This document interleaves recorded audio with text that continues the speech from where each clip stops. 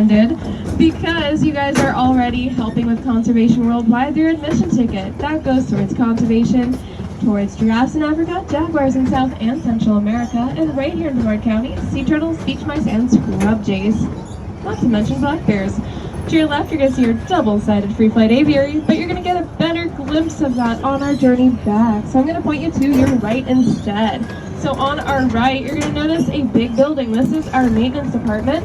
And a little further down the track, you're going to notice our landscaping department as well. Both of these guys work together to build, deconstruct, paint, and plant everything you guys see throughout the zoo today. So without their hard work and dedication, we wouldn't be where we are today.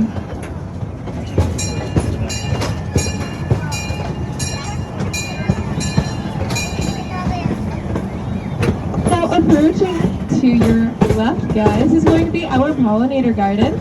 This is entirely run by our volunteers, so we are very grateful for all of their hard work and dedication.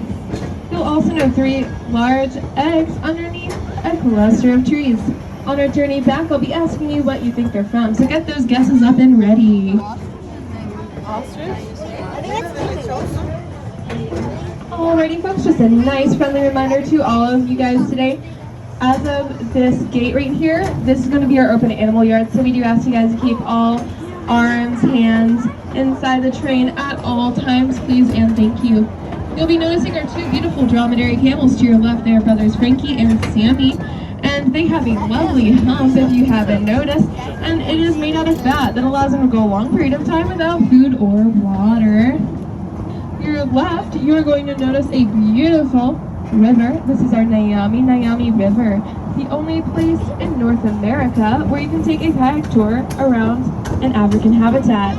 It is guided, and if you're over the age of 5, you can take that tour for $9.95 per person. It is a fantastic adventure to embark on if you wish to add that to your to-do list.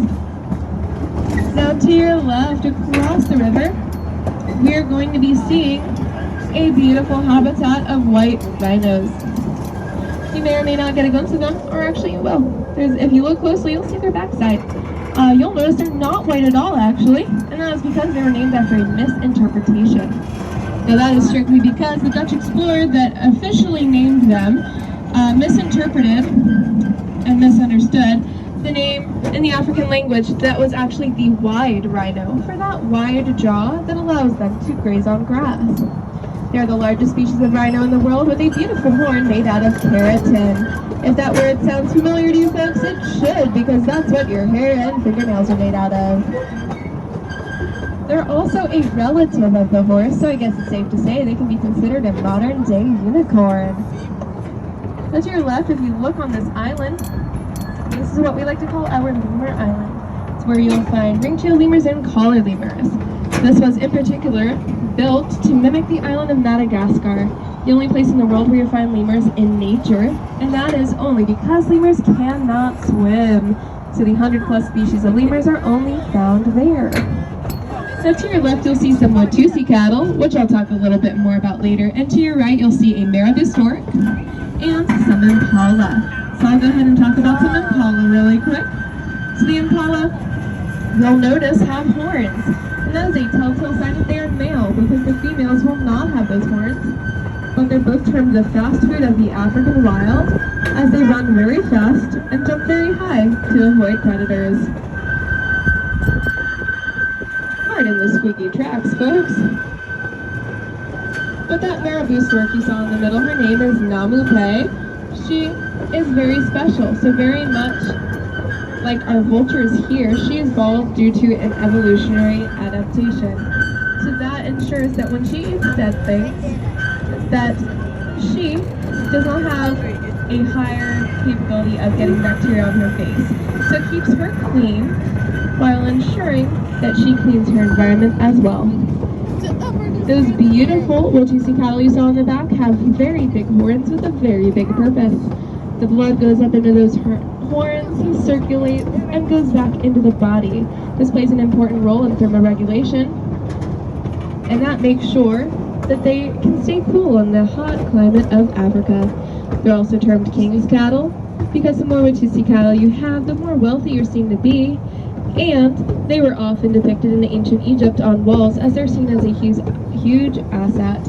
They're primarily only used for their milk. Now that handsome, beautiful zebra you saw back there, that is a Grevy's zebra, also termed an imperial zebra. It is the same name, a different name for the same animal. Their beautiful mohawk is what they are best known for, as not all zebras have that. And their beautiful stripes are very much like your fingerprints, as no two zebra will have the same stripe. Of all the animals that they are related to, they are the most related to the donkey. Now to your left, you're going to notice a very big toothy grin. That is a Nile crocodile skull. And these guys get about 18 feet long. That is one big reptile, and if you don't believe me, you may be in denial. Thank you, I'm here all week. Now your beautiful view of this animal in the middle, this is a bongo.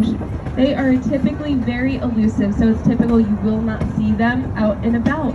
Bongos are the largest species of forest antelope in the world, and fascinating enough, they were only recently being researched in the 1960s. So there is not a lot known about these animals, but they've been around for quite a long time. One of the most beautiful animals you'll see out here. Now if you look close at these really lovely camels, you'll see a very deep groove on their lip that goes from their nose to their mouth.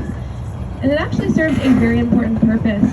It uses all the liquid that is going to be expelled out of the body. So any sort of liquid that goes out the nose goes and drips down that groove into the mouth to ensure that they can conserve as much fluid as possible, especially in a desert-like climate.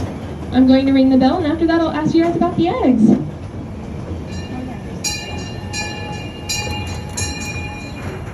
Go ahead and shout out those guesses, folks. Oh, you guys are so smart. I'm so proud of you guys today. So that is a bit of a trick question because emus are very close by. This is the back of Lands of Change, which is an Australian-based area of the zoo. So emus are nearby, but their eggs look a little different. They're going to be more darker in color, and they have a different color to them, but also just a little smaller. So great guess, but if you guessed ostrich, that would be correct. Ostriches have those big old eggs, and they were laid by our female Windy, and they were not fertile at the time, so we used them for educational purposes. To your right, as promised, is our better glimpse of the double-sided free-flight aviary. And we've seen many beautiful species of birds, including rainbow lorikeets, cockatiels, Victorian crowned pigeons, Nicobar pigeons, scarlet ibis, and many, many more. To walk through either side of our double-sided free-flight aviary is free. But if you feel so inclined as to feed some birds today, you have the choice of feeding rainbow lorikeets or the Princess of Wales parrots and cockatiels for just $2. Either way, it's a great way to make fun memories with friends and family, or just really great photos too. Now to your right, you're going to notice a beautiful set of birds that look very much like peacocks. But those guys are Victorian crowned pigeons. And yes, folks, those are pigeons. To be more precise, the largest pigeon in the world, native to New Guinea. Very beautiful animals.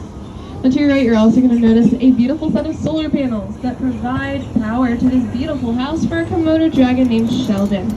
Although he's not a true dragon, he has a pretty awesome bite that makes sure he is a fantastic predator. So his bite includes, but is not limited to, bacteria and an anticoagulant that ensures his bite will not heal. So please remain seated until we come to a full and complete stop today. I'll let you guys know when it's safe to disembark with the ringing of the bell. Thank you guys so much for partaking in our journey today, and we hope to see you back soon. I'll let you guys know when it's safe to disembark with the ringing of the bell, but in the meantime, can I get a choo-choo?